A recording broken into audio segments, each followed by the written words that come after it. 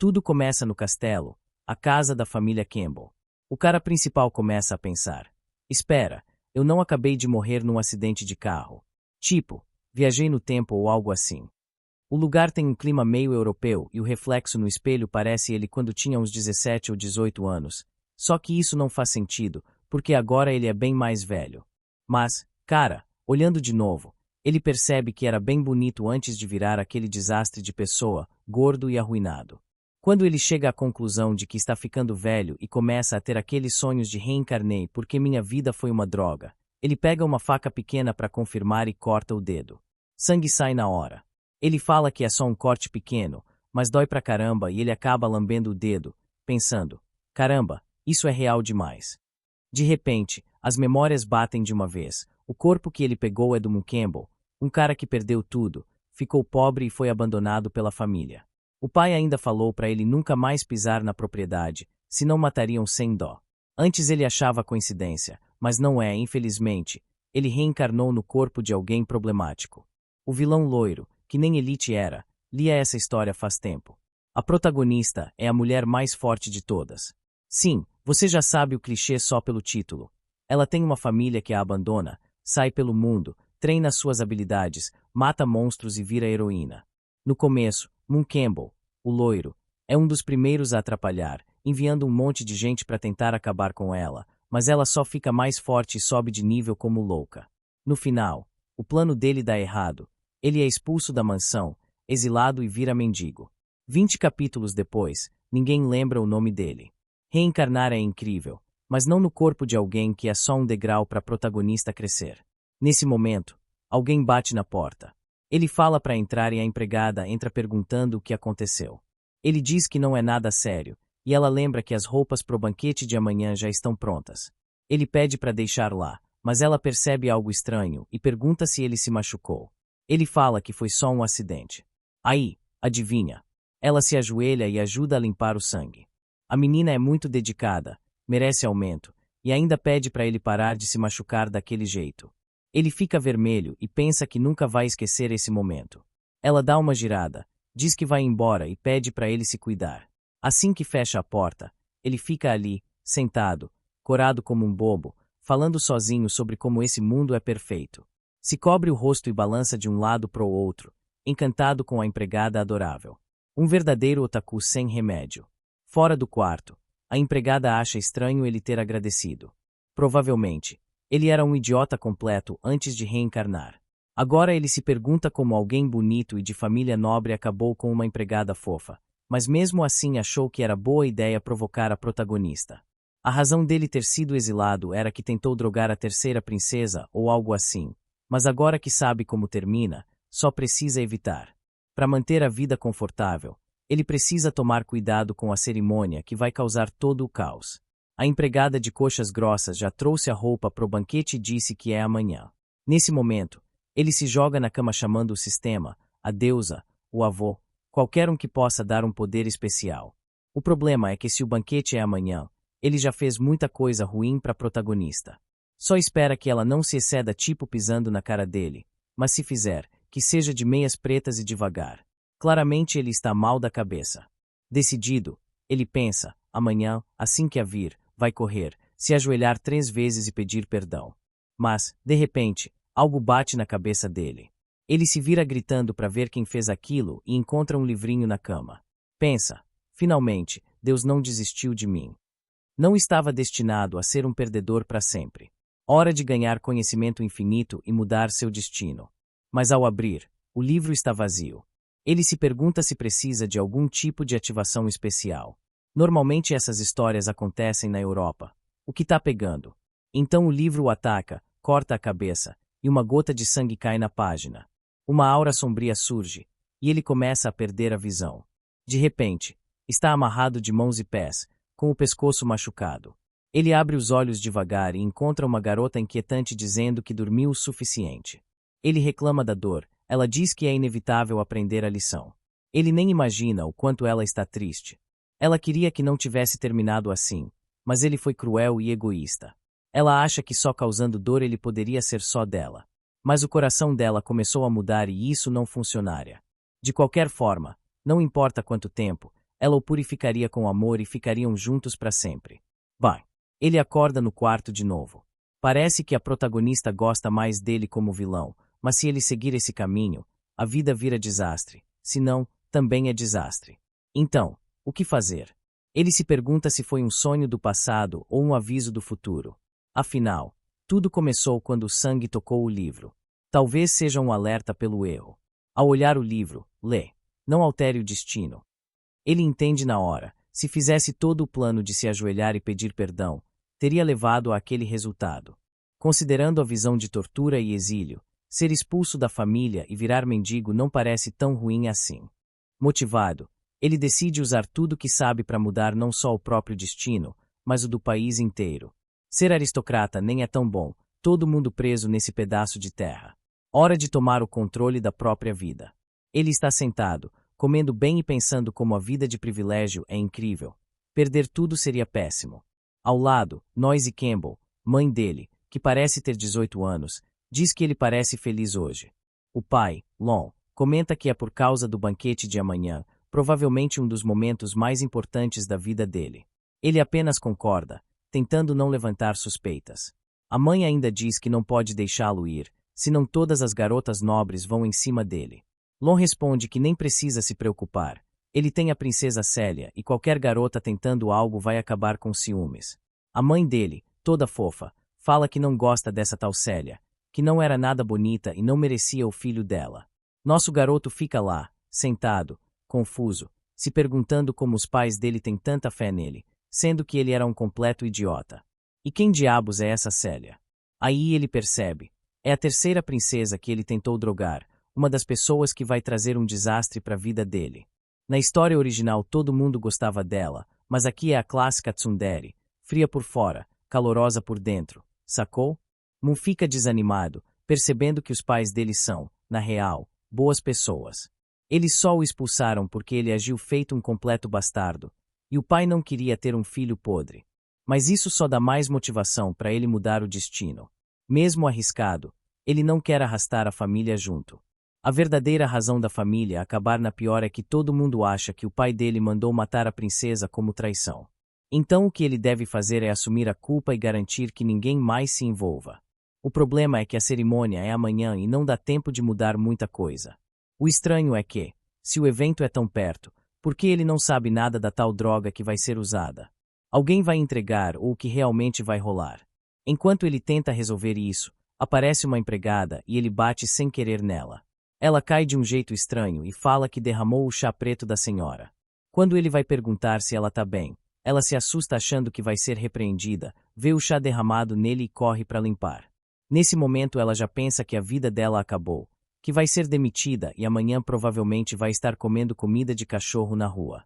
O protagonista percebe que a reputação dele realmente o precede e fala para ela não se preocupar, que não vai castigá-la. E, sendo gentil, ainda abraça e fala para relaxar. Ela fica confusa, tentando entender o que o jovem mestre está fazendo. Sério, até eu me pergunto mesmo. Que história é essa com essas mãos? Então aparecem chamando ele. Ele pergunta o nome da loira, ela diz que é Noel. Ele fala para cuidar dela, mas diz que ela e Noel ainda precisam focar nos preparativos para amanhã, não dá para parar agora. Ele só fala para contratar mais gente para ajudar. Como pode uma mansão tão grande não ter pessoal suficiente? Em só se inclina e fala beleza, então. E nosso sedutor, como sempre, ganha tempo enquanto se afasta. Noel comenta que é estranho, porque o jovem mestre nunca deixou ninguém ajudá-lo antes, dizia que as pessoas eram sujas, então é estranho que ele sugira agora. Acrescenta que também percebeu algo estranho e que talvez seja melhor adiantar o plano antes que dê ruim. De volta ao quarto do garoto, ele procura entre caixas um veneno que possa acabar com a terceira princesa, deve ser alguma poção alucinógena de alto nível e muito cara. Aí ele acha um cartão do mercado negro, que claramente foi usado para comprar o que ela acabou bebendo. A cena muda para o distrito comercial da Câmara, mais tarde à noite, e ele fala para os outros esperarem enquanto ele vai comprar algumas coisas. Ele se move pelo local praticamente despercebido, tentando lembrar a rota da história, e chega a uma porta. Ratos de esgoto. Mostra a credencial e é recebido como convidado. É o mercado negro Leopold, com poções, ingredientes, criaturas mágicas, até sintéticas, e claro, os clássicos escravos. Um dos aliados do protagonista foi comprado lá, mas isso é secundário. Agora ele tem problemas maiores. Entra numa sala e é recebido por alguém com máscara de gato, que pergunta o que ele procura. Tem todos os tipos de poções. Ele pede algo incolor e inodoro, que funcione bem em magos e os deixe inconscientes por horas. Provavelmente vai comprar, usar, mas não vai machucar a garota. Eu também fico confuso. Ele tenta seguir a história, mas já não sei o plano dele. A pessoa da máscara fala que ele deve querer se divertir, até recomenda alguns escravos. Ele tenta sair, mas ela diz para esperar que vai trazer a poção. Moon pensa que não dá para saber se é homem ou mulher, e é verdade, quem desenhou esse personagem dificultou tudo. Dá medo até de adivinhar, melhor deixar neutro. A pessoa pega a poção e Moon pensa no corpo incrível dela. Provavelmente é uma mulher poderosa que comanda toda a operação do submundo. Nesse momento a porta se abre de novo, entra outra pessoa e, pelas meias pretas, você já sabe a hora. Nosso garoto também percebe esses detalhes. A pessoa diz que está ali para comprar uma droga super forte que afeta magos e não deixa rastro. E a vendedora fica confusa. Essa é uma poção que ela raramente vende e agora todo mundo tá pedindo de repente. Moon se surpreende. Não esperava que mulheres também tivessem esse tipo de gosto. Sente pena de quem vai passar por esse sofrimento, mas não tem como ajudar. A mulher joga 2 frascos na mesa e fala que é isso que todo mundo procura. O líquido é brilhante, mas misturado no vinho fica invisível. Só algumas gotas já deixam um elefante inconsciente por horas. Ele fica pasmo com a força da poção. A garota da máscara fala que se ele não acredita pode testar, só que vai dormir no chão por 3 horas e ainda pagar o preço completo. O problema é o custo, 130.000 emilias. A mulher da máscara, perto dele, fala que não tem emilias, mas tem outra forma de pagamento, mostra uma carta. A vendedora diz que é difícil aceitar algo assim, mas lê e pergunta se o que está escrito é mesmo verdade. A figura misteriosa fala que a vendedora pode verificar com suas próprias habilidades, misteriosa ou não, na real é provavelmente a Anne. A vendedora aceita, a poção é dela, a mulher mascarada pega, agradece e sai. Moon só fala para cobrar no cartão. A vendedora ainda dá uma poção extra de presente e fala que se combinar com a outra a experiência é melhor. Ele agradece, guarda na bolsa e pergunta sobre a informação da outra mulher, mas a vendedora, sem se preocupar com honestidade, fala que são amigas antigas e que se quiser a informação de forma justa vai custar 900.000 emilias. Ele só olha e se vira dizendo que não está interessado. Essa golpista queria cobrar 7 vezes o preço justo na cara dele. Ele não cai, veio do mundo moderno e sabe reconhecer a armadilha. Assim que a porta fecha, a vendedora fala que espera vê-lo de novo e tira a máscara. Claro, era uma mulher. Agora ele sabe exatamente o que vai acontecer na mansão e pensa em quem venderia essa informação. O movimento mais interessante seria para ambos os lados, desatar um caos total, provavelmente a protagonista, definitivamente com esse tipo de aparência. Na noite seguinte, no Palácio Campbell cheio de nobres distraídos, nosso garoto tá no centro. Um cavaleiro de bigode aparece com a terceira filha dizendo que seria ótimo conhecer o jovem Sr. Campbell. Ela olha e começa a tremer. Sai correndo com o vestido voando gritando que a mãe chamava. Parece mais medo que outra coisa. O pai pede desculpas. Fala que ela tá assustada. Mu só diz que tá tudo bem. Ele nota que nenhuma das garotas parece feliz de vê-lo. A reputação dele pesa, mas o pai Long coloca a mão no ombro e diz que tá impressionado com o comportamento dele, realmente dando um passo à frente e que essa noite ele vai deixar de ser criança e se tornar o homem da família Campbell. Mu agradece e fala que vai fazer o melhor. De repente alguém na entrada pede silêncio. A terceira na linha de sucessão do Império Leopold vai chegar, abençoada com pureza de neve, a deusa do gelo, terceira princesa Célia, curiosamente parecida com Paimon de Genshin Impact. Long fala que vai se misturar aos convidados e pede para Moon cuidar dela. Moon se aproxima chamando a princesa, fala que faz tempo, elogia a aparência e até comenta os brilhinhos no cabelo tipo Paimon. Deus, a garota tem presença real. Ela agradece pelo elogio. Ele age doce e gentil e ela começa a achar estranho. Ele sugere que deve estar cansada da viagem e vá descansar. Enquanto ela passa, todos os nobres se curvam. Ela pensa: o que acontece com esse cara hoje? Tá sendo educado demais. Nesse momento Campbell ouve gente falar de uma suposta filha ilegítima que teve um duelo com o marido. Ele fica confuso também. Parece que a gente não gosta dela por ser ilegítima, se divorciou e quer ser herdeira. Os outros presentes dizem que parem de falar isso. É loucura. Aí chega a protagonista, Ariel Bugart, cabelo preto. À esquerda, básica mas faz sentido, protagonistas são padrão.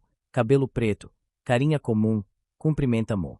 Ele, meio desconfortável, responde bem e dá boas-vindas. De repente aparece um cara grande perguntando como ela pode falar com o jovem mestre assim. Ela tava casual, manda ele calar. Tá tudo bem, ela pode falar o que quiser, já foi educado demais. Ela praticamente tem um mini colapso. Se pergunta por que esse cara, que antes a tratava como filha ilegítima horrível, agora sabe o nome dela. A amiga observa Ariel confusa até alguém estender a mão chamando a senhorita Lea. Surpresa porque Campbell conhece o nome completo dela, senhorita Lea Angel. Ele estende a mão. Ariel afasta e fala para parar com planos. Agarra e pede para ouvir. Tá ali pelo pai. Se ele pensar em fazer algo ruim com ela ou Lea, garante que não sai vivo. E sai. Já gosto. Ela tá no papel da heroína justa. Mas sabemos que quer que ele cause problemas. Moon pensa que, como esperava, lidar com a protagonista vai ser complicado. Mas não liga muito. Depois dessa noite cada um seguirá seu caminho e não vão se ver de novo. Pouco depois, dá seu discurso. Aparentemente é aniversário dele. Quem diria?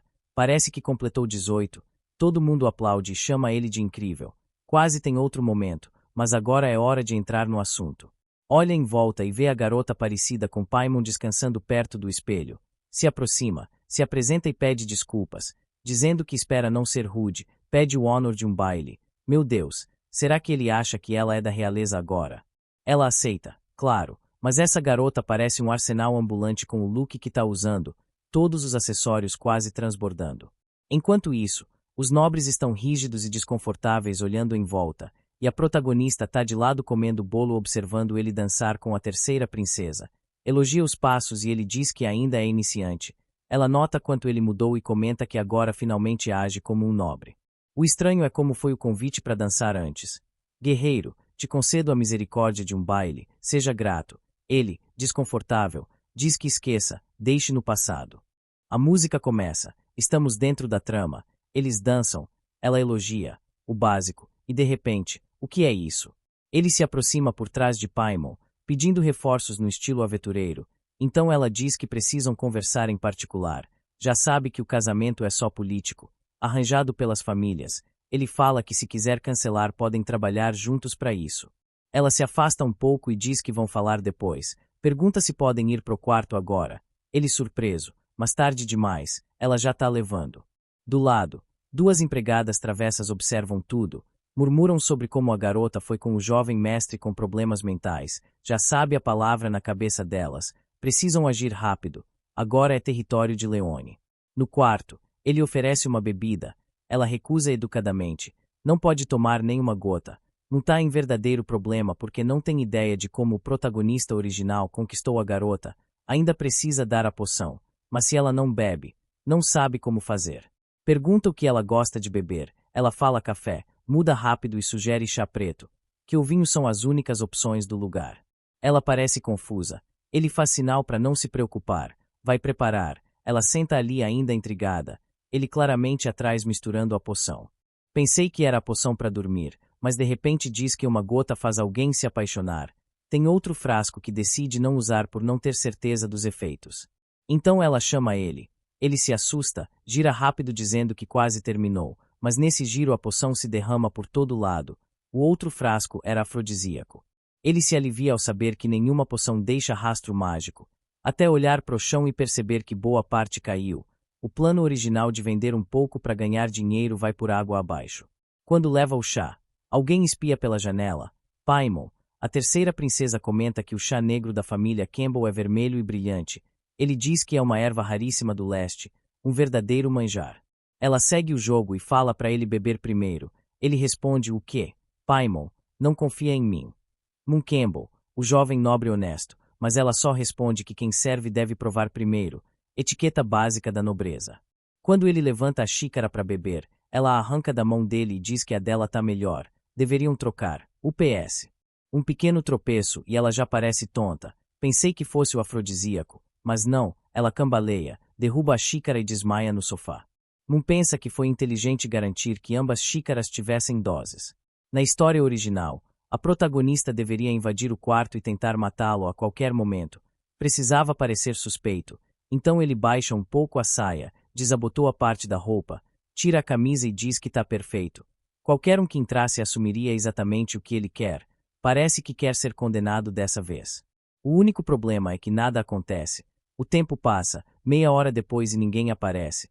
Estranho porque na história original ela entra na hora. Então lembra, talvez quem derramou o chá foi Noel, mas antes disse-a para deixar Noel descansar, quebrando toda a cadeia de eventos. O PS. Olha quem tá abrindo os olhos enquanto ele segue no plano. Mestre, a garota tá se levantando. O afrodisíaco deve ter caído na xícara que ela pegou. Ele tá ali confuso, se perguntando por que de repente o quarto parece frio. Então bam, uma mão agarra seu rosto e uma rajada de magia congelante o joga no chão. Ele implora para Paimon se acalmar dizendo que pode explicar, mas ela corta e fala que não precisa de explicações, deixa assim. Aí ele percebe que algo não está certo com essa garota. Ela fala que vai buscar um médico. Tarde demais. Os pulsos já estão amarrados. Murmura que o corpo dela tá frio e o dele quente.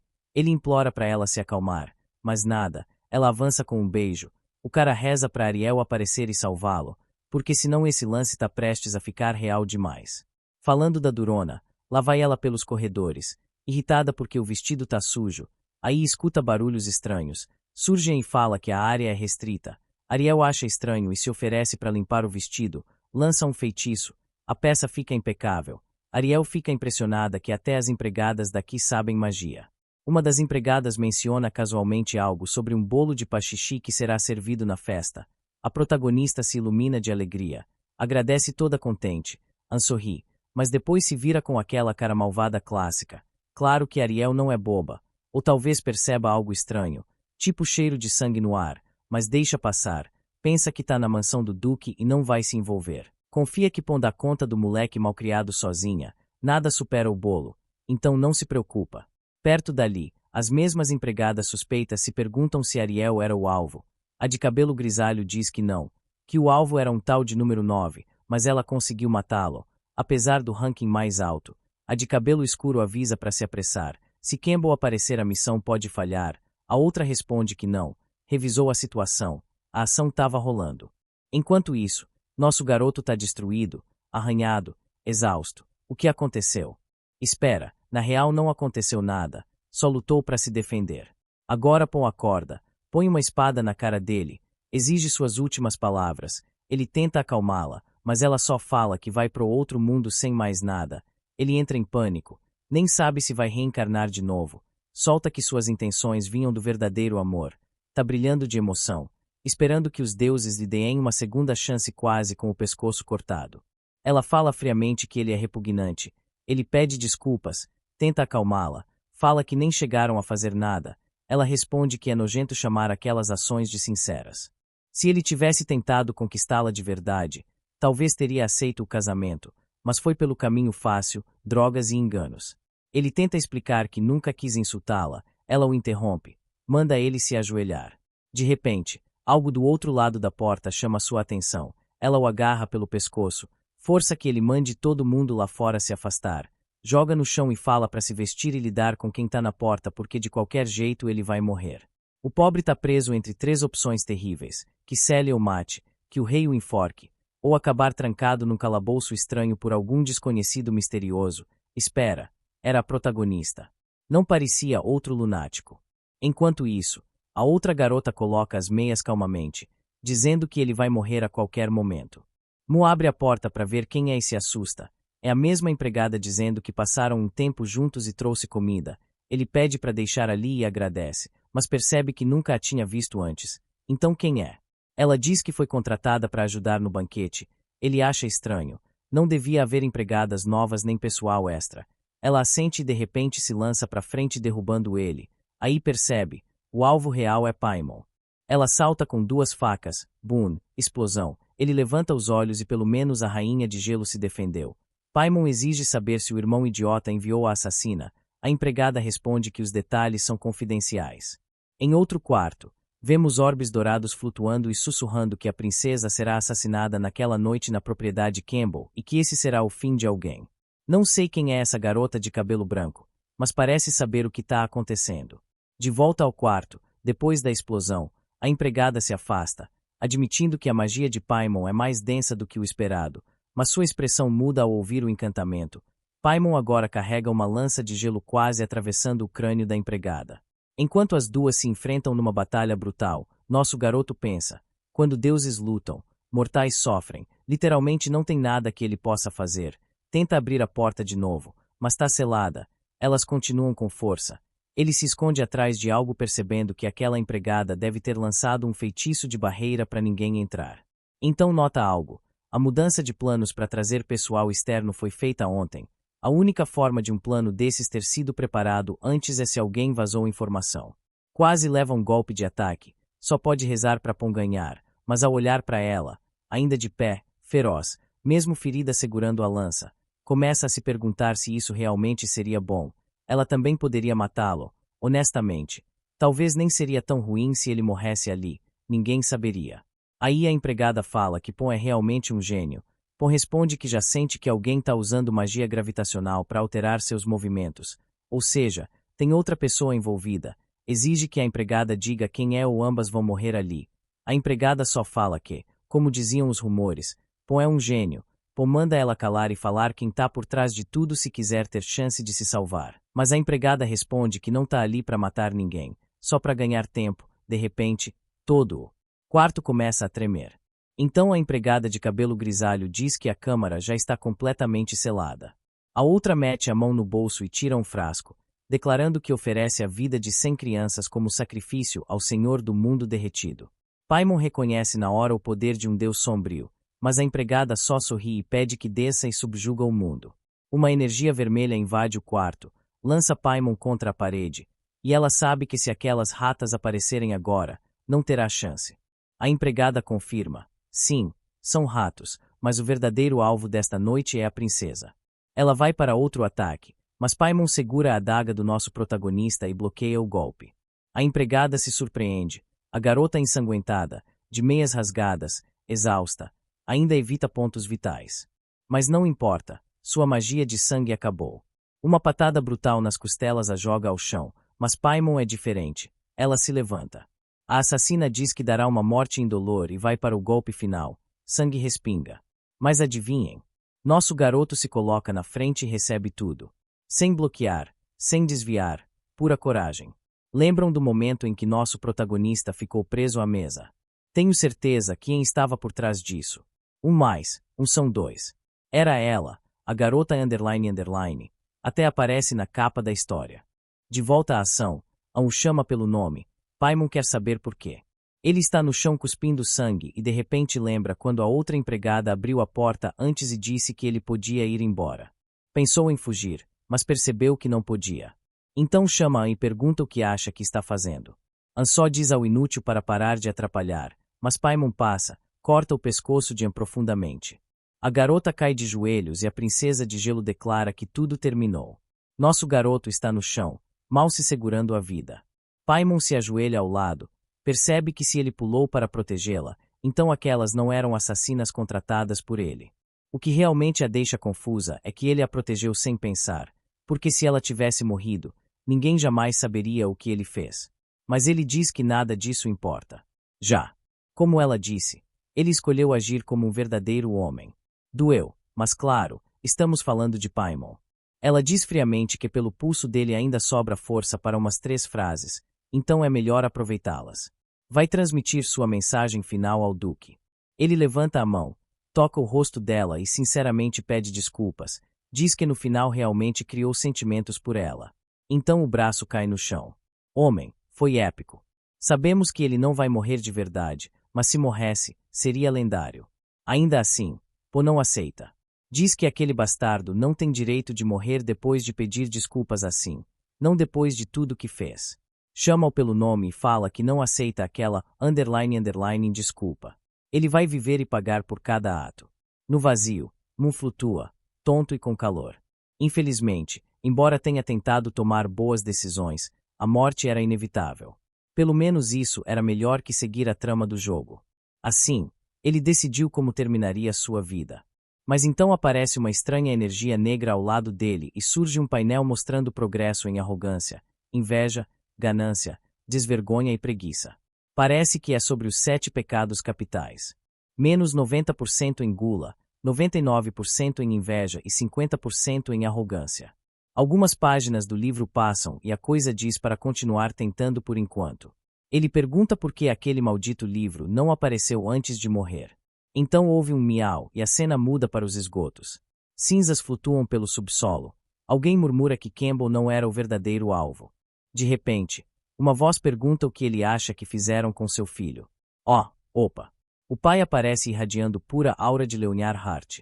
A assassina começa a tremer instantaneamente, e o pai fala calmamente que não esperava visitas em casa. Ela não foi convidada. Então o que estava fazendo ali? Melhor falar agora. O que fez com seu filho? Homem, normalmente ele é gentil, mas agora é uma fera. Pensando bem, nosso protagonista devia estar feliz por ter acumulado um pouco de aura estilo Zung Ying o antes de morrer. Ou talvez não, porque voltamos ao quarto e Anne está sentada ao lado dele. A mesma Anne que agora sabemos ser perigosa. Ele desperta, ela está lá, pergunta se o jovem mestre está melhor, se precisa de médico. Quando tenta se levantar dizendo que quer ir ao banheiro, a dor no peito o derruba de novo nas macias camas. Ele se desculpa dizendo que as pernas estão estranhamente fracas, mas agora precisa ter cuidado. Não pode ser gentil com ela, absolutamente não é confiável. Ela diz que sua prometida pediu que cuidasse dele, então deve ficar por perto por enquanto. Em seguida fala que vai ajudá-lo a se banhar e imediatamente vai pegar suas roupas. Ele pede rápido que se acalme, dizendo que começou a se sentir melhor. Ela diz que tudo bem, deixará ele ser independente, mas mesmo assim o levanta e leva ao banheiro. Ele fala para sair, que tem coisas a fazer, e pouco depois voltam ao quarto. Pouco depois, ela diz que ele dormiu 3 dias inteiros e que foi a própria princesa Paimon quem pediu que cuidasse dele. Ele mal sobreviveu, perdeu muito sangue, ficou sem oxigênio tempo demais. Teve sorte de Paimon usar magia para mantê-lo vivo. Ao ouvir, percebe que provavelmente ela não contou nada sobre o incidente da poção, mas depois Anne diz que a princesa mencionou algo importante.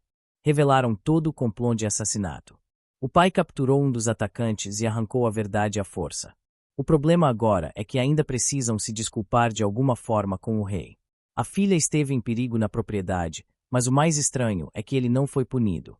Aparentemente, a princesa Paimon falou algo ao rei, e ele foi perdoado. Homem, acabei de resumir uns 15 diálogos gigantes.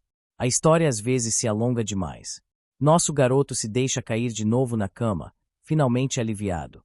No fim, as coisas não saíram tão mal, mas Anne imediatamente se aproxima, pergunta por que ele parece tenso.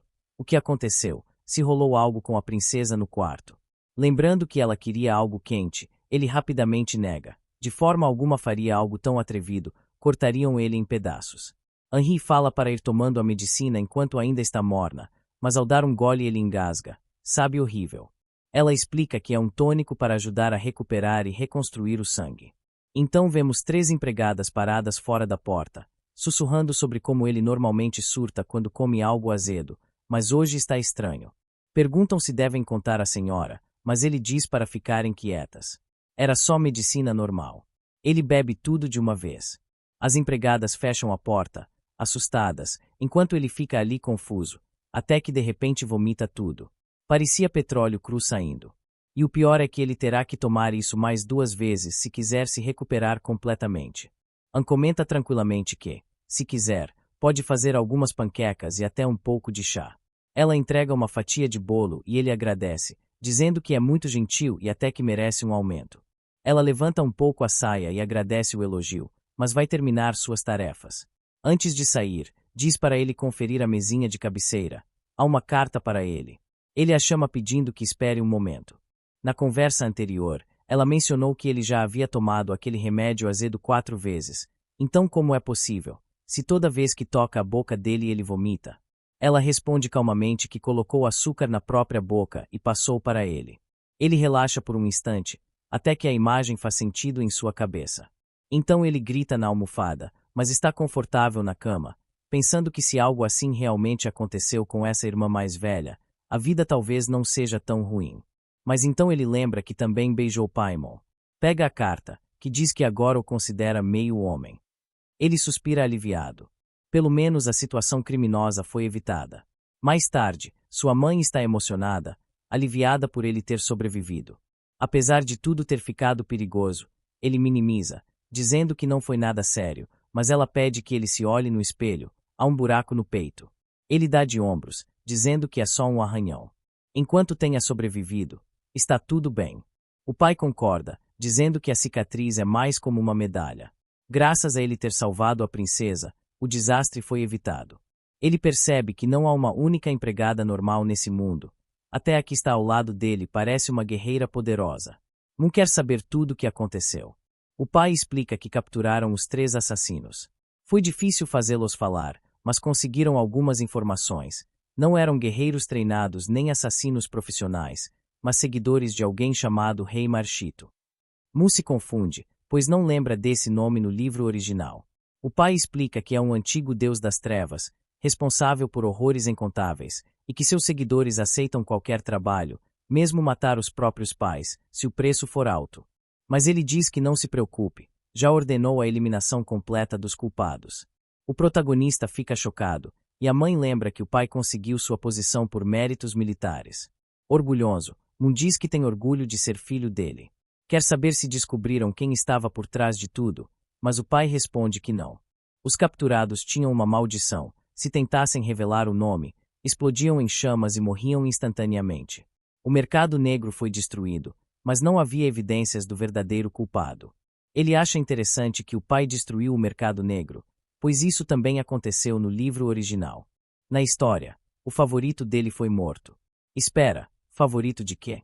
Furioso, o pai enviou os cavaleiros reais e queimou a cidade inteira até os alicerces. A massacre durou 3 meses, até os esgotos ficaram vermelhos. Pelo menos dessa vez foi mais rápido. Além disso, esse era um grande evento para Ariel na história, um arco importante de crescimento para ela. Ela lutaria contra vários inimigos, e sua aura evoluiria significativamente. Mas agora isso não vai acontecer, só porque ele deu 2 dias de folga para a empregada.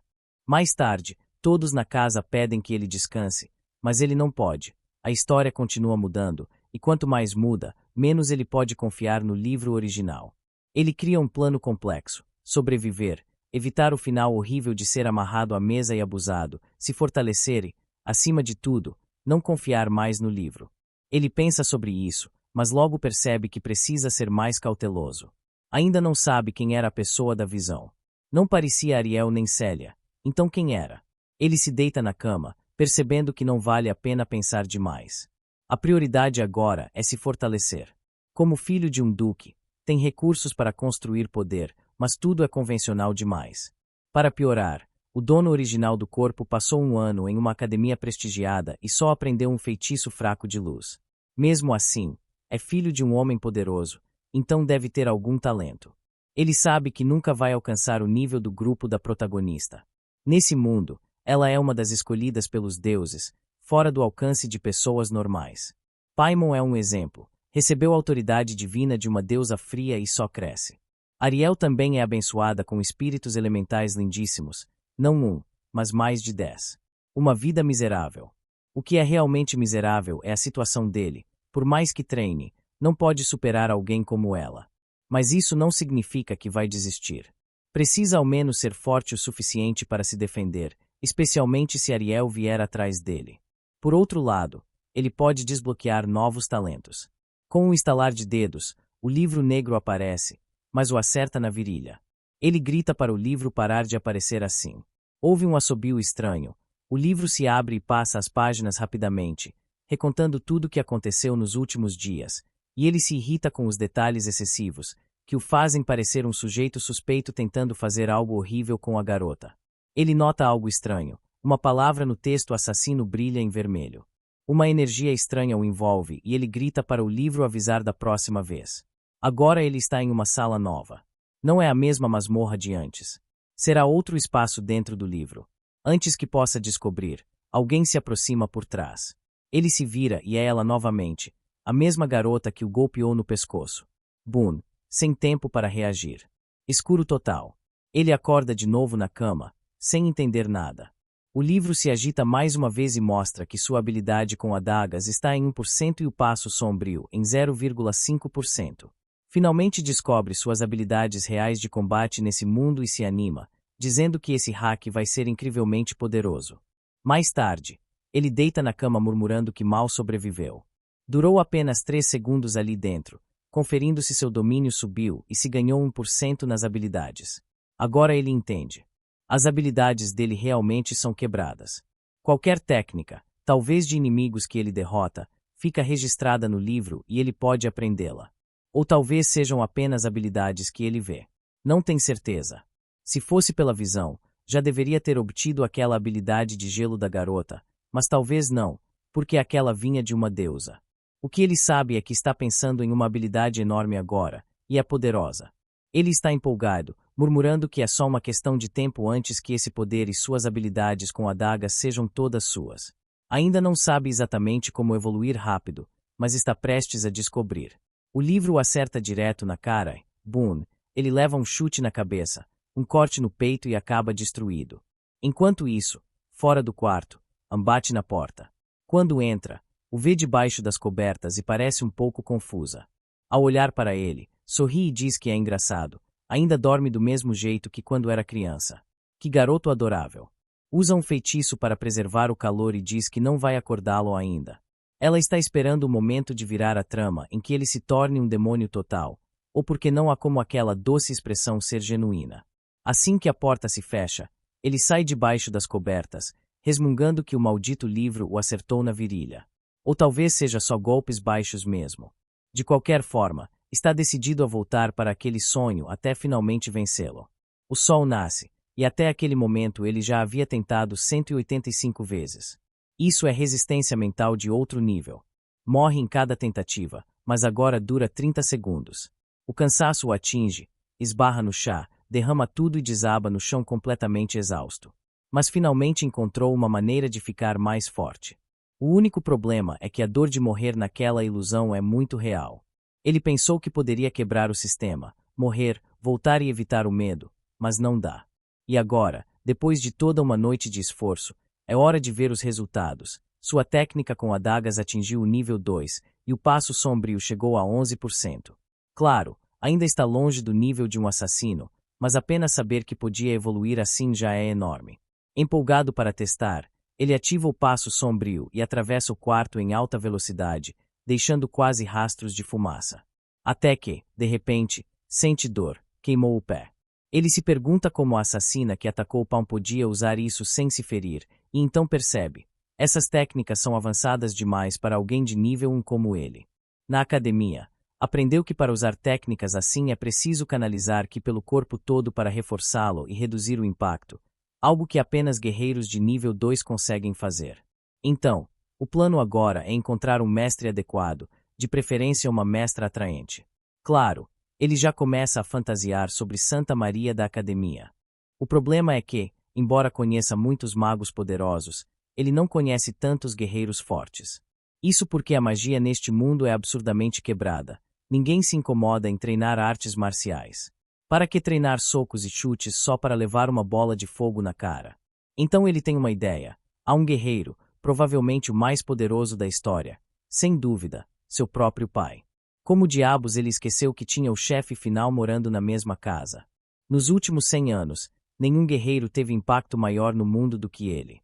Aos 15 já era guarda real, aos 20, esmagou forças rebeldes, aos 27, tornou-se marechal do Império, aos 32, ganhou o título de Rei Leonhard. Nunca perdeu uma luta. Esse homem é de verdade. Agora, nosso garoto pensa que Mu realmente merecia o final trágico que teve. Ele tinha tudo, uma vida perfeita, e até um pai que poderia ensiná-lo, mas desperdiçou. Está bem, porque daqui para frente pedirá treinamento pessoal ao pai. Poderia imaginar que o pai negaria, mas não, bate na porta novamente, dizendo que o amo está chamando. Ele sai com ela, dizendo que é perfeito, que ia pedir o mesmo. Lá fora, encontra mais 2 empregadas. Uma delas usa óculos e é a primeira garota magra que ele nota na história. Moon percebe que agora chamam-a de chefe das empregadas e elogia. Parece que ela foi promovida. Ela explica que a anterior renunciou logo após ele acordar, então ela acabou ficando com o cargo. Ele sente que talvez a anterior tenha sido demitida por causa dele, o que é confuso, mas ela diz para não se preocupar, mesmo sem o cargo, continuará fazendo parte da casa. Nesse momento, a mãe dá um abraço peculiar, baixa o tom, ilustra bem a cena. Ela o abraça, diz que quer que a chame de mamãe 1000 vezes, pressiona a cabeça dele contra o ventre e diz para ouvir. Ela está grávida, então não terá um irmão ou irmã. O pai entra e pede que ele não se empolgue, acabou de sair da cama após se recuperar. Pouco depois, Mu se surpreende ao saber que o pai vai novamente à frente. A empregada ao lado do pai é enorme. Claramente, o Duque contratou todas essas mulheres, e podemos imaginar seu gosto refinado. Ele explica que estará fora pelo menos um mês, e Mu deve ficar na capital. Ele se dirige à senhorita Fei, pedindo que cuide de tudo. Mu diz que não deveria ir, há outros generais, e ele é duque. Mas o pai explica que, após quase uma década de silêncio, a situação se tornou urgente, sinais de demônios aparecem nas fronteiras. Mu sabe que provavelmente é apenas uma distração para dividir as forças humanas. A verdadeira invasão ocorre apenas em 3 anos, quando Ariel se torna a salvadora. O problema, embora o pai diga um mês, ele provavelmente ficará 3 anos fora, então o plano de Mu de aprender esgrima com ele fica arruinado. Chegam um grifo e um carro, e o pai se despede, pedindo à esposa que não chore e que voltará em breve. Chama Mu e diz que ficou impressionado quando arriscou a vida para proteger a imperatriz. Foi o valor de um verdadeiro cavaleiro, o tipo de coragem que corre pelo sangue Campbell. A espada representa força. Eles são a lâmina do império, o dragão, o inimigo a ser derrotado. Em algum momento, todo homem da família deve pisar no campo de batalha. Não importa se Mu seguirá esse caminho, mas agora ele se tornou um verdadeiro homem. O pai promete investir todos os recursos que não teve em sua juventude para que Mu se torne ainda mais forte. Mu permanece em silêncio por um momento, e então o pai fala de algo sério. Quer saber o que Mu realmente pensa de An surpreso. Mu diz que é agradável, mas por que falar disso agora? O pai explica que viu An crescer, vem de boa família, é inteligente. O mais importante, o vê como mais que seu amo. Se Mu não quiser perdê-la, é melhor agir rápido. Mu está completamente confuso. O que ele está dizendo? O pai, direto, continua, a família precisa de mais herdeiros. A esposa está grávida do segundo filho, e com ele na frente, não haverá tempo para mais. Mu nervoso lembra que está noivo de Paimon, mas o pai descarta, é apenas político. Mesmo que se casem, Paimon será a esposa principal e An a secundária. O rosto do pai fica sério, veredicto final. Em 3 anos, quando ele voltar, Mu deve ter um filho. Esse é o plano. Que tipo de pai destemido lança o filho em direção a An? Ninguém queria estar nessa situação. Assim que o pai se vai, An entra e diz que ouviu o nome dela. Quer saber se ele precisa de algo. Honestamente, eu pensei que Mu iria desviar da pergunta, mas não. Ele vai direto ao ponto e diz que precisam ter um filho, porque foi isso que seu pai acabou de mandar. Mas ele acha que é apenas uma piada, então não precisa levar a sério. O trabalho dela é ser uma empregada, e no futuro cada um seguirá seu próprio caminho. De repente, ela começa a dizer que é a mulher perfeita e que, algum dia, encontrará um homem incrível, que se algum dia conhecer alguém, só precisa dizer pessoalmente, e ele dará sua bênção para ela ir. Então, com toda confiança, coloca a mão no ombro dele e diz para ser corajoso e buscar sua própria felicidade. Enquanto isso, ele se afasta sentindo-se ótimo, pensando que acabou de fazer a jogada perfeita, mas na verdade, ele gosta. Parece que sim, né? Mas, como esperado, isso não caiu nada bem para ela. Ela está literalmente tremendo de raiva, sussurrando entre dentes que ele realmente mudou. Não pode esperar mais, terá que ser nesta noite. E aqui estamos. É noite. Nosso garoto está deitado, pensando que tudo está saindo conforme planejou. Achou que teria a ajuda do pai para ficar mais forte, mas agora ele se foi, então terá que se virar sozinho. Por enquanto, está evitando a academia, já que metade das pessoas lá está ligada à todo-poderosa protagonista, e isso só pioraria sua situação. Precisa dominar o básico primeiro. Só depois poderá enfrentar o mundo. Fecha outro livro, pega o livro negro, ao abri-lo, encontra um registro de tudo que leu nos outros. Na verdade, só precisa ver a capa e passar algumas páginas para aprender o conteúdo. Esse pequeno livro é perfeito para evoluir rápido. Lástima que, nesse momento, ela aparece toda inocente. O que você está lendo? Ele a afasta e pergunta se trouxe algo para comer. Ela responde que sim. Ele pede compaixão, mas ela diz que isso faz parte de seus deveres. Trouxe vinho envelhecido. Só produzem 100 garrafas por ano e custa mais de 200.000 moedas. Mas ele diz que não está no clima, ainda está estudando e não quer distrações. A garrafa já está estalando em suas mãos e ela pergunta o que ele quer beber. Ele pede café para ficar acordado e concentrado, mas ela responde que só há vinho ou chá preto. Estranho, soa suspeitosamente familiar. Ele pausa, pensando: espera, isso me parece conhecido. Ela entrega a xícara, desculpando-se. Os grãos de café foram comidos por ratos, trará novos amanhã. Oh, Deus, esse idiota nem olha para a xícara. Bebe e sente o impacto. A xícara cai no chão e sua visão fica turva. Começa a desabar, perguntando por que ela o traiu, mas ela o segura com suavidade, dizendo que nunca faria isso. Pede que ele durma tranquilo. Diz que seu coração está destroçado, que o ama tanto. Como poderia dizer algo assim? Mudou demais e agora precisa ser purificado com seu amor. Mais vale que aceite, porque estarão juntos para sempre, até o fim do mundo. Ele abre os olhos. Onde está? Já sabe, mãos e pés amarrados a uma tábua. A garota da profecia está de pé bem na frente dele. Essa profecia é __, juro. Ela já está tirando o uniforme, mostrando que aquele maldito do mercado negro nunca falha. Ele tenta perguntar o que está fazendo, mas ela responde de imediato. Ele sabe muito bem o que está acontecendo. Depois diz que, há 10 anos, quando ele tinha apenas 8, esteve ao lado dele. Desde então, sua existência foi por ele. Agora, a existência dele é para ela, e ela precisa arrumá-lo, colocá-lo de volta no caminho correto. Moon diz que não entende nada. Pede para soltá-lo, mas ela o cala. Não diga nada. Eu cuidarei de tudo esta noite, da cabeça aos pés, por dentro e por fora, seu corpo, sua alma, cada aroma, cada fio de cabelo, cada gota de sangue, tudo será meu. Bom, pelo menos ele não precisa mais se preocupar em impressionar o pai. Ela definitivamente se encarrega disso. Honestamente, eu esperava algum tipo de intervenção que interrompesse a cena, mas não. Nosso garoto acorda no dia seguinte com os olhos cansados, absolutamente exausto. Passou tantas vezes por aquilo, perdia a consciência, acordava no meio do processo, desmaiava de novo, acordava, simplesmente não podia acreditar. A mesma pessoa que o transformou em inútil e o acorrentou assim era aquela __, quem. Ele diz que foi derrubado de um único golpe, e mesmo preparado mentalmente, doeu como o diabo. Implorou que parasse, que o soltasse, que lhe desse chance de escapar, mas ela disse que de jeito nenhum. Comparado a todos os anos esperando, aquela dor não era nada. Deus, ok, autor, cuidado. Está pisando na corda bamba. Nem sei como comentar sobre essa loucura.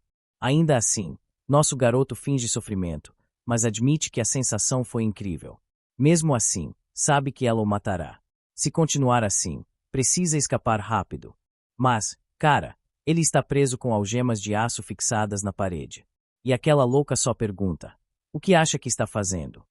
Ele diz que só queria esticar os pulsos doloridos. Ela responde que já é tarde demais para isso. Não há nada que ele possa fazer. Ela diz que vai sentir muita falta dele, mas tem coisas para fazer na mansão. Caso contrário, alguém poderia desconfiar. Piora, pensa se não seria melhor matar todos na casa, já que ele agora pertence a ela. Isso o tira do transe, entra em pânico e súplica para não fazer algo assim. Antes de se vestir, ela pergunta se há alguma empregada que lhe interessa. Ele espera que não seja Noelle. Diz que perdeu a cabeça, que não há nada com ninguém. Ela ri, diz para se acalmar, é brincadeira. Enquanto se comportar, promete não machucar ninguém na casa, a menos que seja absolutamente necessário. Ele implora para ser solto. Não há como ela realmente planejar mantê-lo preso para sempre. De repente, as algemas mágicas se abrem com um estalo de dedos. Ela apenas diz: não tente nada estúpido. O núcleo do quarto é um espaço selado, reforçado com aço de alguma torre que ninguém ouviu falar. Ou seja, é praticamente impossível escapar. Ele pergunta se ninguém vai achar suspeito. Ela responde que não. Contou a todos que, depois do discurso do pai sobre ficar mais forte, Mu decidiu voltar para a academia. Então ninguém questionará sua ausência por um tempo. Garante que ele não precisa se preocupar com nada, trará 3 refeições por dia, como sempre fez. Obviamente, ele deve confiar nela. Faz anos que ela faz isso. E então, ela lhe dá um golpe limpo. O garoto se contorce de dor. Honestamente, Essa empregada já passou dos limites. Difícil imaginar alguém lá fora aceitando esse nível de loucura. Ela se despede acenando com a mão. Ele grita, mas a porta se fecha com força. Nunca imaginou que, de todas as pessoas mencionadas na profecia, seria ela. E toda vez que reclama da situação, o que vem em seguida é sempre o quanto se sentiu bem. Isso ele não pode negar.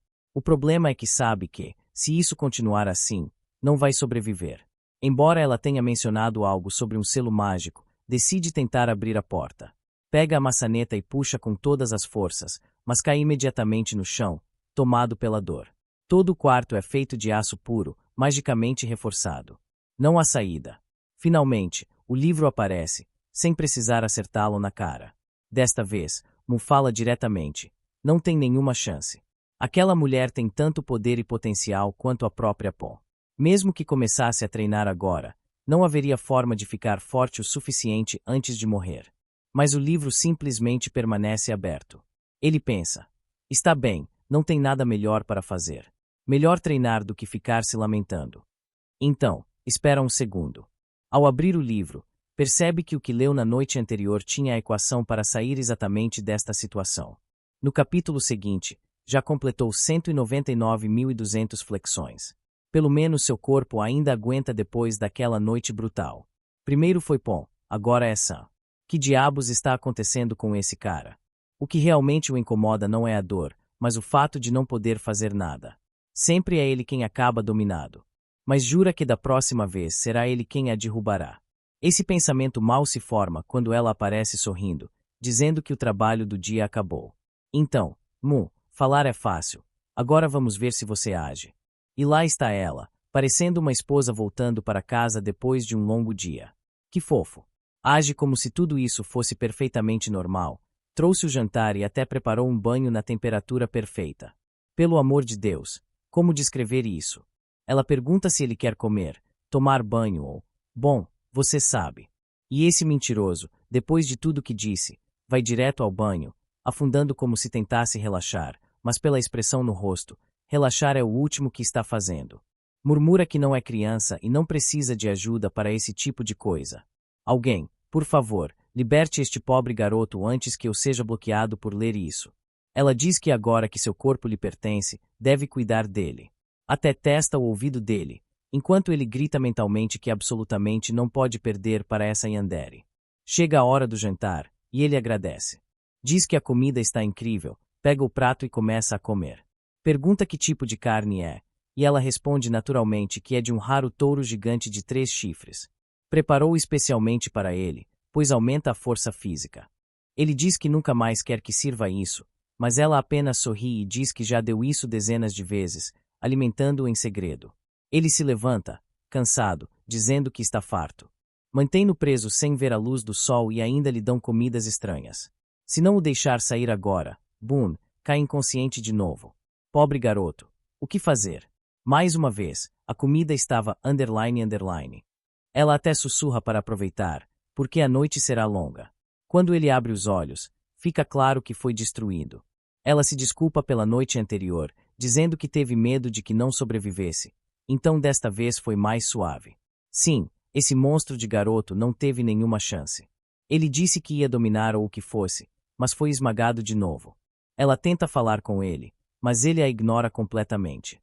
Então, ela diz que, como ele foi um bom garoto por 2 dias seguidos, concederá um desejo. Ele pede imediatamente liberdade. Ela diz que é impossível. Pede roupas novas. Ela diz que isso também é impossível. Ele a olha, pensando, que tipo de desejo é esse se não posso pedir nada? Ela explica que o desejo de nível mais alto que pode fazer agora é algo como escolher o que quer comer amanhã. E veja, no site onde leio, há pessoas nos comentários dizendo que o protagonista está sofrendo demais e que estão dispostas a trocar de lugar com ele só para aliviar um pouco o pobre garoto. Ele suspira e admite que, bem, escolher o que comer é melhor do que nada. Lembra que nesta época do ano costumava aproveitar um vinho específico da estação e um peixe especial. Ela comenta que o peixe vem do Lago Bor, que fica muito longe. Ele exagera, dizendo que antes era um espírito livre. Agora nem consegue decidir o que comer preso nesse confinamento. Se nem consegue pegar um pouco de peixe do Lago Befor, qual é o sentido da vida? Ela o chama pelo nome, mas depois diz que tudo bem, que vai conseguir o peixe para ele. Imediatamente, ele agarra o braço dela e agradece, todo emocionado. E agora esse cara ainda coloca corações. Ele diz que está sofrendo, mas, sério, está. Deseja ela um ótimo dia de trabalho e fala que vai esperá-lo em casa. Ela fica chocada na hora, totalmente vermelha, e de repente corre para ele. Ele fica ali, atônito, sem saber o que pensar. Parece que está jogando xadrez 4D para desestabilizar a mente da vilã. Enquanto ela vai embora, menciona que a viagem ao Lago Bor vai durar até amanhã à tarde, então é melhor ele descansar. E, uma vez fora, percebe-se que está se segurando, murmurando que quase não conseguiu se controlar. O jovem mestre é realmente a coisa mais adorável do mundo, e não vê a hora de levar o peixe só para mimá-lo ainda mais. Enquanto ele pensa que talvez, só talvez, finalmente terá um momento de paz e uma noite completa de descanso, decide que é hora de sacar seu tesouro favorito, o livro. Precisa treinar um pouco mais nesses espaços de simulação. Parece que está pedindo para entrar em uma simulação chamada O Espaço dos Uncadeados, baseada em um dos livros que leu para melhorar sua habilidade de quebrar selos mágicos. Enquanto isso, em algum lugar sob a chuva e a tempestade que se aproxima, alguém avisa certa garota que o Lago Bor está extremamente perigoso naquele momento e que ela deveria recuar. Quando a pessoa tenta segurar sua mão, ela ativa um poder e o apunhala, dizendo que ninguém, exceto o jovem mestre, pode tocá-la. Se tentar pará-la de novo, será dado de comida aos peixes. O velho apenas resmunga que, se a mulher louca quer morrer, não a detará, mas deveria saber que o amo do Lago Bep está acordado. O grupo de vigilância confirmou que se trata de uma criatura de classe monarca. Ela levanta as mãos e diz: "Ah, isso explica esse clima estranho." O barqueiro murmura que é melhor deixar 300 moedas, pois agora precisa cuidar de sua mão ferida. Mas, mais que isso, não deveria mexer com o grêmio de aventureiros, eles não a deixarão impune. Ela apenas tem um balde cheio de moedas sentado no gelo. Ele pergunta de novo se ela realmente quer ir. Ela precisa entender o quão perigoso é isso. Não compreende o que significa se tornar inimiga do principal grêmio de aventureiros, mas responde friamente que não se importa. Não significa nada para ela. Está fazendo isso por amor. Depois, passamos a um grupo de aventureiros reunidos perto do lago. Uma garota segurando um bastão diz que não pode permitir que nada aconteça com Rod. Depois dessa missão, finalmente vai se declarar. Alguém grita para Erika se concentrar e parar de sonhar acordada. Ela é a curandeira, precisa lançar o feitiço agora, ou não resistirão por muito mais tempo. Ela começa a canalizar magia, e outro aventureiro grita que a criatura se aproxima. Depois de resistir a tantos ataques especiais, a coisa finalmente está prestes a se revelar. É então que um tubarão gigante irrompe do lago. Obviamente, é o amo do lago. Carrega uma enorme bomba de água. Alguém grita o nome de Rod, e ele lança uma bênção da terra para erguer uma barreira. Grita para a maga lançar um feitiço, e ela começa a conjurar com o bastão. Descobre-se que é curandeira e maga. Isso sim é multitarefa. Mas, justo antes de o feitiço dela impactar, outra explosão acontece. Ela diz a Rod para avançar. Ele aproveita a oportunidade, se lança contra a criatura e desfere um corte direto na cabeça. Todo o lago explode com o impacto. Está exausto, mas ainda consegue se virar e levantar o polegar, dizendo: "Está feito. Caramba, esse cara tem uma maga poderosa e uma curandeira dedicada." Esse é um grupo perfeitamente equilibrado. A maga está lá, ajeitando o cabelo, toda sorridente e grata, enquanto a pobre Erika, a curandeira, sente que não contribuiu em nada. Rod e a outra garota se elogiam, dizendo que é ótimo aventurar lado a lado. Enquanto isso, Erika arde por dentro. Ela havia prometido, quando crianças, que ela e Rod sempre seriam um duo. Trabalhou duro por anos, mas sente que ele não a vê mais. Ela foi a primeira ao lado dele e agora é só apoio de fundo, enquanto ele claramente se apaixona por outra. A tia ainda está curando quando Rod de repente chama Erika, pedindo que reaja e ajude a dissecar o monstro do lago. Mas algo parece estranho. Eles ouvem um som esquisito. A superfície da água se turva de novo e, de repente, explode para o céu. Todos se abaixam imediatamente. Outra besta do lago está surgindo. Esta é diferente. Esta é a verdadeira. Rapidamente, alguém começa a lançar um feitiço enorme de nível 3, mas não faz efeito. A magia atinge o pescoço da criatura e nada acontece. A besta contra-ataca com um ataque de tempestade elétrica a partir de seu chifre. Raios rasgam o céu. Erika agarra Rod e o afasta, gritando para ele ter cuidado, mas ele responde para ela sair do caminho. Esse monstro está muito acima do que eles podem enfrentar. Ela pergunta o que vai fazer, e ele responde: vou proteger a tia. Trouxe-a para este grupo. É minha responsabilidade. Mesmo que signifique morrer, estou pronto para morrer ao lado dela. Sim, Erika teria preferido não ouvir isso. Rod avança enquanto alguém observa silenciosamente o caos à distância. É claro, é curiosa, querendo presenciar de perto o poder de uma besta de classe monarca. Ela pensa que, se os dragões tivessem esse tipo de força, finalmente poderia conseguir aquela parte específica para alimentar o jovem mestre. Mas por que ela sempre tenta dar carne de monstro? Mais uma vez, a criatura se prepara para outro raio. Rod sabe que este é o fim para eles. Mas, naquele instante, lança um feitiço de restrição. Um raio cai do céu e atinge a criatura. Quando Rod olha novamente, a besta está caindo de volta no lago. Até o ataque que ela estava prestes a lançar foi completamente cancelado. Alguém verifica a Erika perguntando se está bem. Diz a Erika para se manter afastada, que ela vai cuidar desse monstro. E com isso, ativa outra restrição. Erika percebe que essa mulher está manipulando metal líquido. A criatura começa a ser atravessada de todas as direções. Ien, calma como sempre, está forjando uma espada no ar enquanto flutua em direção à besta como se caminhasse sobre a água, dizendo que o monstro pagará por espantar o peixe que veio buscar para o jovem mestre. O preço por arruinar seus planos era a morte, um corte limpo. A criatura é cortada ao meio e afunda novamente nas profundezas. Rod fica sem palavras. Não consegue acreditar que uma besta de classe monarca tenha sido eliminada assim. Sim, nosso doce protagonista tem muito trabalho pela frente se algum dia quiser se libertar disso. Erika corre para verificar Rod. Ele diz que está bem, mas tia não está em bom estado. Tem algumas poções de cura, mas não serão suficientes. Então pede a Erika que vá falar com aquela mulher. Quer descobrir se ela é aventureira e se estaria interessada em se juntar ao grupo, porque qualquer um que possa matar uma besta monarca assim seria uma grande adição. Está ocupada na margem do lago recolhendo os peixes que sobraram.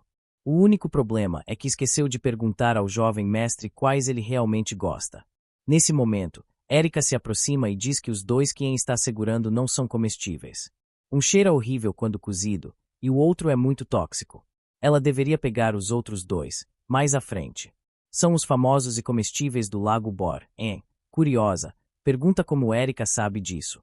Erika explica que morava perto e muitos nobres gostavam desses peixes, então ela os pescava e vendia. Em 15 minutos vendo-em prepará-los, já sabia como manuseá-los e deixá-los perfeitos. Então Erika pergunta: você veio até aqui para conseguir esse peixe para alguém que ama? Responde calmamente que sim. A pessoa que ama queria peixe, então ela veio. Erika comenta: ter alguém que você ama tanto e que essa pessoa receba esse amor deve ser muito afortunado. Em pausa, refletindo sobre como seu amor é recebido, o que, neste momento, implica que o jovem mestre está inconsciente em um quarto escuro, e diz: sim, é muito afortunado. Tenho certeza de que ele entende a profundidade do meu amor. Ela se vira para ir embora, mas Erika a chama, pedindo que espere. Quer a opinião de uma mulher madura sobre amor. Deixa o peixe e responde que o amor é um problema cuja solução nem sempre é clara, mas como Erika a ajudou com o peixe, tentará ajudá-la com algum conselho. Erika começa: minha amiga gosta de alguém há muito tempo, mas não sabe se a pessoa sente o mesmo. Ela é tímida, um pouco ingênua. E agora há outra mulher na história, e desde então ele tem tratado melhor essa nova garota. Então minha amiga está pensando em desistir. Ouve atentamente. Depois, pergunta o quanto ela ama esse garoto. Erika responde imediatamente: não sou eu, é minha amiga. Mas corta, basta de rodeios, diga logo. Erika finalmente admite: sim, é ela. Ama-o desde que eram crianças, por mais de 10 anos. A olha nos olhos e pergunta: você daria sua vida por ele? Erika responde: não, apenas minha vida. Faria qualquer coisa por ele, mesmo que todo o mundo estivesse contra mim. Vaia, aqui vamos nós. Outra totalmente fora de controle. Apenas assente e diz: bem, parece que você já tem sua resposta. Se seu amor é realmente tão profundo, não resta nada a perguntar. Ele deve seguir a verdadeira voz do coração e se entregar por quem ama. E, o mais importante, deve pensar bem antes de tomar uma decisão da qual possa se arrepender depois. Enquanto Anne se afasta, Erika fica ali pensativa, repassando todo o discurso de siga seu coração. Mas de repente, uma estranha chama acende dentro dela. Uma voz sussurra: você vai realmente desistir de tudo? Vai se render. Diz que abandone a moral, as leis, até sua própria vida, que sacrifique tudo por ele e não permita que ninguém mais o tenha. Este mundo é uma bomba relógio. Ela treme, murmurando que perderá o controle se outra pessoa acabar com Rod. A voz responde: finalmente você entende. Deve abraçar seus desejos mais profundos e reivindicá-lo. Mas há uma armadilha. Rod é forte, então, se quiser garantir que realmente lhe pertença, terá que quebrar seus braços, colocar um colar e reduzi-lo a nada mais que um animal de estimação. Sim, os demônios deste mundo são outra coisa. Enquanto isso, Rod está sentado junto à tia, praticamente rezando por ela. Ele se volta para Erika e pergunta se está bem e o que aconteceu com a outra mulher. Ela responde que está bem. A dama não fez nada, apenas demorou um pouco porque ficou sem mana. O único problema é que é uma donzela de família nobre, então não poderá se juntar ao grupo. Rod diz que está tudo bem. O que se pode fazer? Só queria agradecê-la pessoalmente. Tia concorda. Se não fosse por aquela mulher, todos estariam mortos. Mas depois tia acrescenta que notou algo estranho, uma marca estranha no peito de Erika. Erika rapidamente cobre e minimiza, dizendo que não é nada, provavelmente apenas do impacto anterior ou algum tipo de recuo mágico. Vai verificar mais tarde.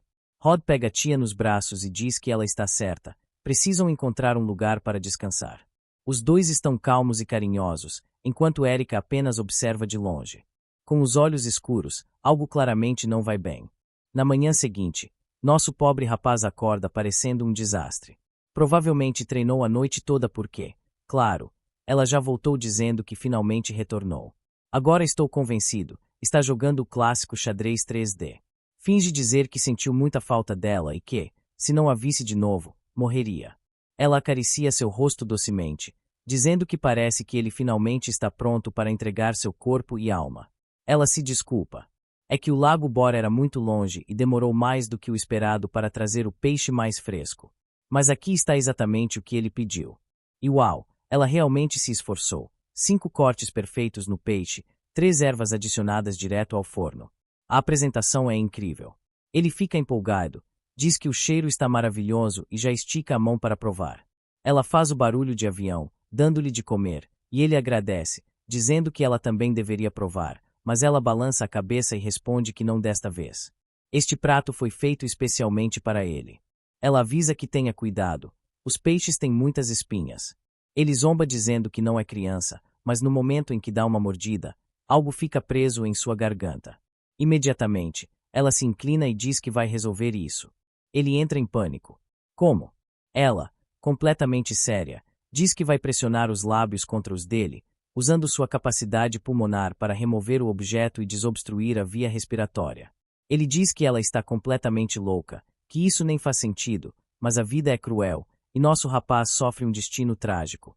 No capítulo seguinte, passamos direto ao caos. Ela, alegre, diz que o problema foi resolvido e que removeu a espinha. Ele murmura um cansado obrigado e volta a comer, apenas para que ela pare de falar. Um tempo depois, termina o prato e admite que realmente era um peixe excelente. Ele oferece 25 centavos se você adivinhar o que ela quer fazer a seguir. Mas ele a detém, dizendo que não agora, que precisa descansar. Então ela usa suas cartas psicológicas e pergunta: então, já está cansado de mim? Mas nosso rapaz é astuto.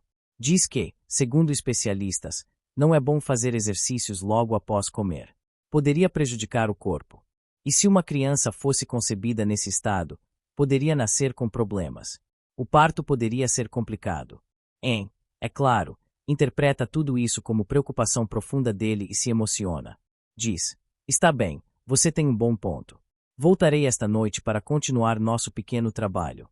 Antes de ir, casualmente menciona que passou pela famosa cidade de Sebete, conhecida por seus trajes sob medida.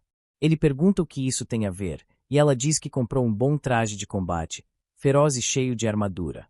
Só pela expressão em seu rosto já dá para entender o que ela pensa. Ele diz imediatamente que não gosta desse tipo de coisa, que é um homem íntegro, mas ela apenas sorri. Já estou por aqui há muito tempo. Vi todas as revistas que você tem. A razão pela qual sempre usa aquelas meias pretas era por ele. E o pobre rapaz fica boquiaberto. Sempre pensou que era apenas seu estilo pessoal, mas tem que admitir, acertou, ele gostava. Ela ri, o chama de adorável, acena e diz que ele deve tirar uma soneca. Assim, sem mais, vai embora, e ele continua preso naquela sala. De verdade, espero que nosso protagonista escape em breve. Claro, a situação não parece tão ruim de fora, mas vamos, ficar preso numa sala para sempre. Espera, esquece isso. Falou cedo demais. Ela já está de pé, ativando sua habilidade para tentar abrir a porta. E esse garoto, um gênio, usou a espinha do peixe de propósito como uma ferramenta improvisada. Mas, no momento em que começa a trabalhar, ativa uma armadilha, 12 cortes no mecanismo. Ele recua imediatamente, murmurando baixinho, dizendo que tem que estar brincando. Não há como algo tão louco abrir manualmente. Segundo um de seus livros, ele precisa levantar cada pino da fechadura na altura exata, sem quebrar a espinha, para que a abertura funcione. O problema: ele só conseguiu esconder 4 espinhas e precisa de 12 tentativas perfeitas. Vai ser um inferno. Pior ainda, se a espinha quebrar dentro da fechadura e ela encontrar um pedaço, saberá imediatamente. Ele tenta novamente. E sim, craque. Nem é a primeira que quebra. Já se foram 3, passou 1h30. Ela voltará com a comida a qualquer momento. Ele pede ao livro que o deixe estudar mais um pouco. A essa altura, forçar não adianta, é complexo demais. Pelo menos mapeou a altura exata dos 10 primeiros pinos. Faltam apenas os 2 últimos. Agora não tem nada a perder. É tudo ou nada. Enquanto isso, na cozinha, as 2 donzelas conversam. Eric prova um pedaço do peixe preparado por Anne e admite que está realmente delicioso. As criaturas do Lago Bor não são brincadeira. Anne agradece a ajuda de Erika, dizendo que graças a ela terminou de cozinhar 1 hora antes do habitual. Mas Erika quer saber por que de repente está aprendendo novas receitas. Afinal, o jovem mestre foi para a academia. A senhora está grávida, concentrando-se na outra propriedade, mas em sempre faz uma porção extra de comida. Estranho. A mão de Anne se move sutilmente em direção à faca, começando a acumular mana. Mas Erika rapidamente se afasta. Ah, já entendi. Você está escondendo uma mascote secreta aqui, certo? Provavelmente um gatinho fofo. Explica que os antigos donos da casa nunca permitiam animais por causa de pelos e bagunça. Mas agora que não estão mais, faz sentido que ela tente colocar um de escondido. Anne suspira. Me pegou. Guarde em segredo. Sim. Eric diz que não há problema, mas quer realmente ver o pequeno algum dia. Anne sorri. Talvez algum dia, mas não agora. Ainda é muito tímido e se assusta com facilidade. Enquanto se afasta, Anne pensa como está feliz por não ter precisado recorrer ao pior cenário, matar Erika e lidar com as consequências. Mas essa conversa a faz perceber outra coisa. Manter o jovem mestre preso poderia começar a cansá-lo, aborrecê-lo ou, pior, enfurecê-lo. Além disso, ainda não sente nada se mexer em seu estômago. A gravidez ainda não começou. Pelo menos mais 10 meses até que isso seja um fato. Talvez devesse arranjar uma mascote para ajudar o jovem mestre a relaxar, ou melhor ainda, perguntar diretamente o que ele quer. Mas então toda sua expressão muda. A bandeja escorrega de suas mãos. A comida cai no chão com estrondo. Quando chega ao quarto, a porta está completamente aberta. Nosso rapaz escapou. Finalmente conseguiu. Está escondido em uma parte destruída da mansão, com móveis quebrados, tudo escuro e empoeirado. Tropeça e cai desajeitadamente no chão. Tudo está sujo, a iluminação péssima, mas não importa. Graças às memórias desse corpo, sabe exatamente onde está. E se há algum truque mágico que este inútil conhece, é aquela pequena esfera de luz. É o momento. Precisa sair antes que ela o encontre. Justo quando pensa nisso, clunk. Uma faca se crava na parede ao lado de sua cabeça. Ele ofega, dizendo que é impossível. Correu longe demais para ser pego tão rápido. Mas então ouve aquela voz nas sombras, calma e aterrorizante.